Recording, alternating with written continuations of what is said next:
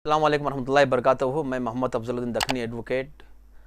आज Telangana high court में एक रिट पिटीशन की सुनवाई हुई, जिसमें तेलंगाना स्टेट वक्फ बोर्ड के चीफ एग्जीक्यूटिव ऑफिसर जनाब ख्वाजा मोइनुद्दीन साहब की अपॉइंटमेंट के ऊपर सवाल किया गया है।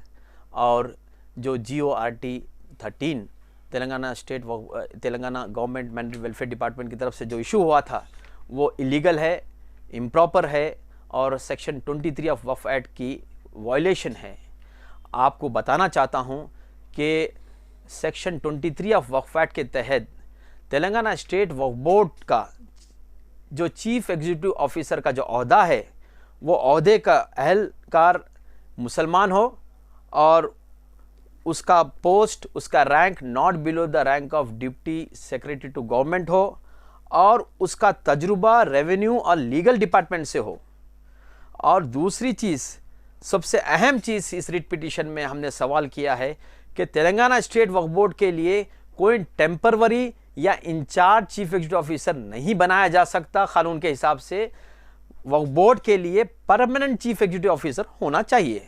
यही सवाल माजी में एक रिट पिटीशन में फाइल हुआ था, WP 40043 ऑफ 2022, जिसमें नवंबर 2022 में तेलंगाना हाई कोर्ट ने एक फैसला सुनाया था, जिसके तहत डायरेक्शन दिया गया था स्टेट गवर्नमेंट को और वक्फ बोर्ड को कि अंदरून 4 हफ्ते permanent chief executive officer not below the rank of deputy secretary to government हो। ये डायरेक्शन को अमल में नहीं लाते हुए, इसको इग्नोर करते हुए, सेक्शन 23 को इग्नोर करते हुए माइनॉरिटी वेलफेयर डिपार्टमेंट ने जनवरी 2023 में और एक GO इशू किया है, जिसके तहत ख्वाजा मोइनुद्दीन साहब को as a chief executive officer appoint किया गया था, as an in-charge chief executive officer.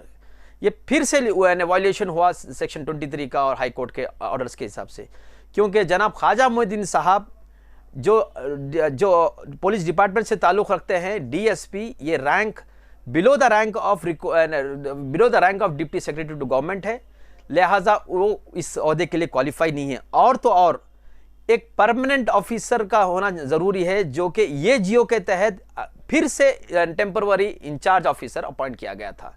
लिहाजा हाई कोर्ट ने भी इस आज की सुनवाई में ये ऑब्जर्वेशन दिया है और हाई कोर्ट भी और जो गवर्नमेंट की तरफ से उनकी नुमाइंदगी हुई थी वकला की, तो 11 तारीख को पेशी पोस्टपोन हुई है। उम्मीद है कि Telangana state government, particularly minority welfare department और तेलंगाना स्टेट वक्फ बोर्ड इस मामले को संजीदा ले और ज़मीर की आवाज़ देते हुए को सुनते हुए वक्फ बोर्ड के अराकीन इसको संजीदा ले और एक permanent chief executive officer appoint हो वक्फ बोर्ड के लिए, और जिसका तजुर्बा रेवेन्यू और जुडिशल लीगल डिपार्टमेंट से हो और वो एक परमानेंट ऑफिसर हो। क्योंकि चीफ एग्जीक्यूटिव ऑफिसर अगर अहलकार सही नहीं रहेगा तो वक्फ जायदाद की तहफ़्फ़ुज़ प्रॉपरली नहीं हो सकता। और दूसरी चीज़ क्या है, आए दिन आप देख रहे हैं कि औक़ाफ़ी जायदादें तबाही और बर्बादी का शिकार होती जा रही है। तेलंगाना स्टेट वक्फ बोर्ड कानूनी जंग हारते जा रहा है, अदालतों में सही नुमाइंदगी नहीं हो रही है। इसका नुकसान अराकीन वक्फ बोर्ड के साथ के अकेले नहीं, इसका नुकसान सारी कौम को हो रहा है।